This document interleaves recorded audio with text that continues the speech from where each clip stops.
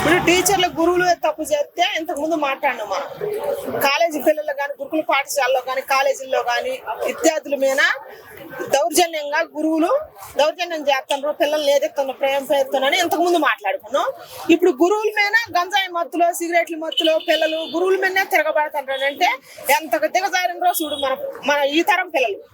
దీని గురించి తల్లిదండ్రులు ఎక్కువ చర్య తీసుకోవాలి. ఇప్పుడు హాస్టల్లో వేసినాం కదా, స్కూళ్ళల్లో వేసినాం కదా, తల్లిదండ్రులు అశ్రద్ధగా ఉండొద్దు. మన పిల్లలు ఏం చేస్తారా అని 1-4 సార్లు చెక్ చేసుకోవాలా. ఇప్పుడు కాలేజీలో పిల్లగాడు చెడిపోతున్నాడంటే బయటకు వస్తుండు, లోపలికి పోతుండే, ఆడపిల్లనైనా మగ పిల్లగాడైనా బయటకు పోతుందంటే ఇప్పుడు కాలేజీలో ఉండే యాజమాన్యాన్నే కదా అడిగేది. ఇప్పుడు మరి పిల్లలే తప్పు చేసి కాలేజీ వాళ్ళ మీద తిరగబడి కొడితే మరి అప్పుడు అడగాల్సింది ఎవరిని అడగాలి? తప్పు ఎవరిది? పిల్లలదేగా, వాళ్ళదే కదా. వాళ్ళ భవిష్యత్తు కోసం, వాళ్ళు చదువుకోటి, వాళ్ళు పైకి రావడం కోసం కాలేజీలకు వస్తారు. తల్లిదండ్రులు కష్టపడి వాళ్ళని పంపిస్తారు. వాళ్ళు చదువుకోకుండా, వాళ్ళ ఫ్యూచర్ బాగు చేసుకోకుండా మత్తు పదార్థాలకు అలవాటు పడి, సిగరెట్లకు అలవాటు పడి, గంజాయికి అలవాటు పడి, చెల్లుళ్ళు బాగుపడటానికి చూడకుండా చెడిపోవటానికి అలవాటు పడి, కోరికలకు అలవాటు పడి ఇట్లా తిరగబడతారు పిల్లలు.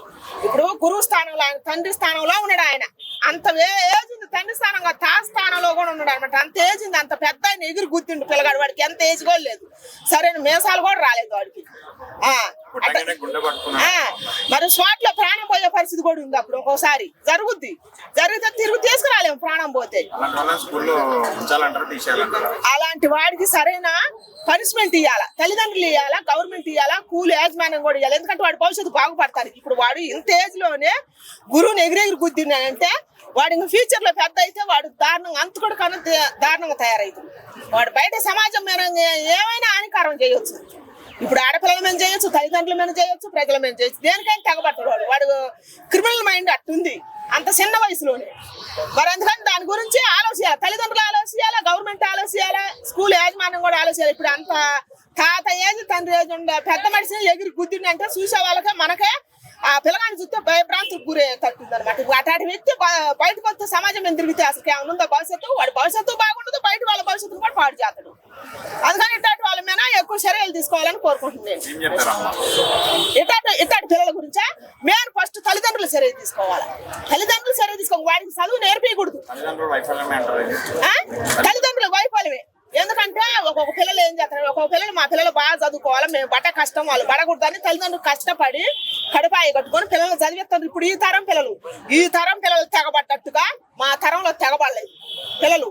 ఇప్పుడు చదువుకొని వాళ్ళ ఫ్యూచర్ బాగుంటుందని తల్లిదండ్రులు పంపిస్తారు కష్టపడి. పంపించినప్పుడు ఇప్పుడు చదువుకోవట్లేదు. కొంతమంది మత్తు పదార్థాలకు అలవాటు పడతారు, కొంతమంది అమ్మాయి ప్రేమకు అలవాటు పడతారు, కొంతమంది విచ్చలవిడితనంగా బైరేగితనంగా తిరగటానికి అలవాటు పడతారు.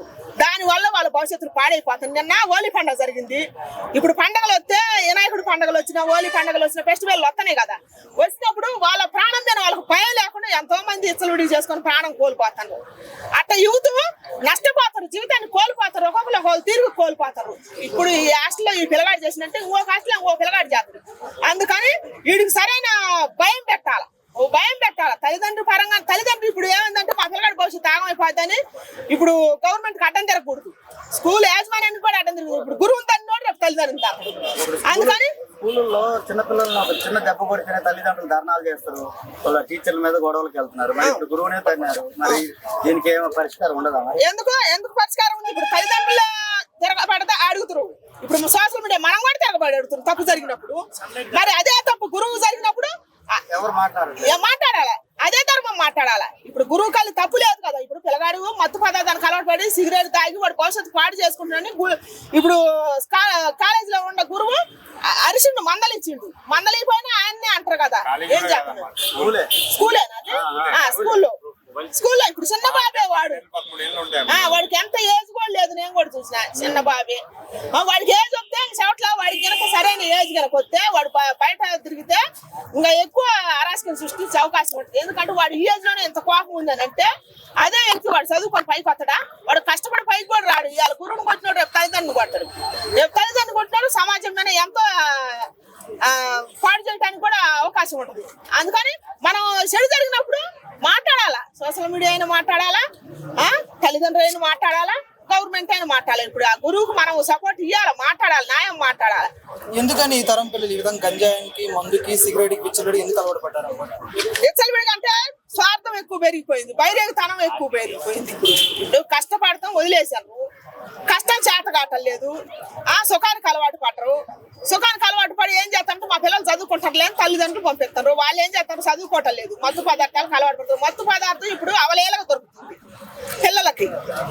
మత్తు పదార్థం సిగరెట్లు దొరుకుతున్నాయంటే దేని కారణంగా దొరుకుతున్నాయి? అది గవర్నమెంట్ వైఫల్యం. ఏం చెప్తుందాయా?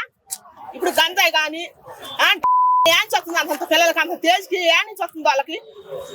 ఇప్పుడు గవర్నమెంట్ అన్ని రకాలు అన్ని పట్టించుకోలేదు, కానీ కన్న పిల్లల్ని పట్టించుకోవాల్సింది తల్లిదండ్రులే కదా. తల్లిదండ్రులు వాళ్ళు చూసుకోవాలి కదా.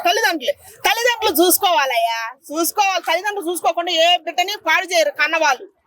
కానీ కన్నందుకు రుణం తీర్చుకోవాలి, కానీ అప్రతిష్ట పాలు చేయకూడదు పిల్లలు కూడా. ప్రతి చోట తల్లి తండ్రి పోయి ఉండరు కదా. నువ్వు ఈ విధంగా చేయరా అని ఏ తల్లి చెప్పదు, ఏ తండ్రి చెప్పడు. ఒక ఇష్యూ జరిగింది, ఇప్పుడు మందలిస్తారా? మరి మందలిస్తారు ఖచ్చితంగా. ఎందుకు మందలేరు?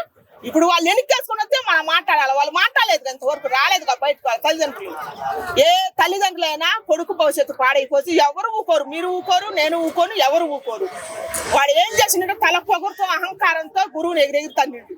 వాడి వచ్చి రాని వయసు అది. ఇప్పుడు అట్టాటి వయసులో తప్పు చేసినా కూడా గవర్నమెంట్ లో కూడా శిక్షలు ఇయ్యరు అమ్మటే.